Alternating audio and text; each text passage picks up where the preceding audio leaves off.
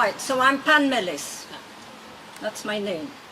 Panmelys. It's my name in Greek. A fantasist. When I first started, my name was Ocney Oating. But George thought that sounded like an attack of acne. He said, what? It sounds like an attack of acne. Where did you get it from? I said, well, I got it from my dream, because I was asking, who am I, what am I don't know, and this voice came from nowhere. You are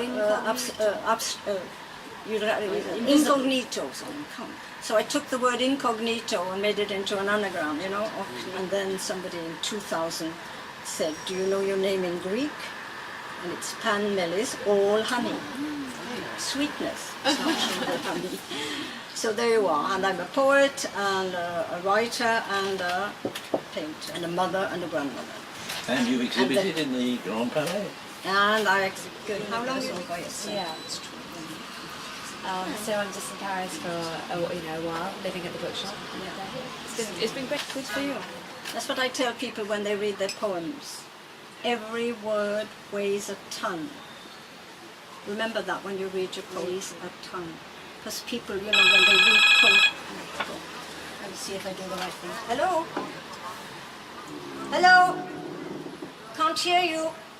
I don't know the There have been so many books. There's not many books. Yeah, I was going to say, you know, if you give another link. But I mean, it wouldn't be one of the big poets, the big friends like Ginsberg or...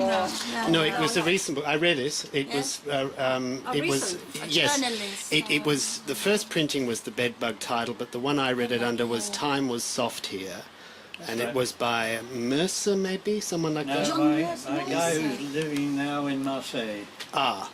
Yeah, I met him. He was here. Yes. Well, we have a very famous writer sitting right here, whose book is for sale in the shop.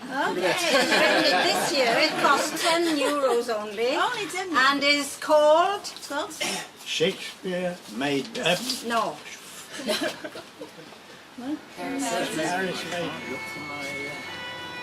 What do you expect, son? You were at a reading the other night, weren't you? You were at a reading here the other night. The last reading was on Friday. Yeah, we went to the prize one. For George Whitman of Shakespeare and Company, from his tea lady friend and poet. That's because we had to wipe up the dishes with newspaper in those days. And there were no cups. He didn't like cups with handles. That was too bourgeois. You had to drink with jam jars. So there were all these jam jars. Well, what the English would say jam jars. They are... He was into recycling ahead of his time. Yeah, he was... And he just was... And all the other things, you know. He had strange ideas about... and sometimes I would say that things in the fridge were a little off. And one day we were having I didn't put it to a meal for him. He'd made this big meal, and I said, what meat have you got in there, George? I said, it's not that meat that I told you to throw out a week ago, you know. And he said, yeah. And I said, you're not giving it. And I threw it out, and he was furious with the tumbleweeds now, today, and are you vegetarian? I am a vegetarian. You see, they're all vegetarians, so the new world is moving there. They're right, probably. And it has a sense as well. So that is a part of that book. These cloths of red and green are for keen George. They come from Dragon Brave, who dares news page, where blackened hands do urge these softer gifts. They whiff from Minstrel's Way, where Mervyn mused and Queen Rhiannon speeds upon white steed, whom none could catch or sway. That's the Mabinogion. That's all the Welsh. This was Queen Rhiannon, who was a horse, actually. So it's all them. So George knew all about this. So it's a bit between George and I.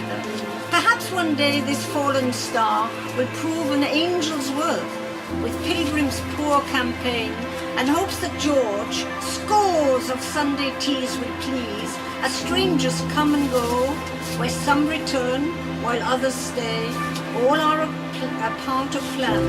I am the stray.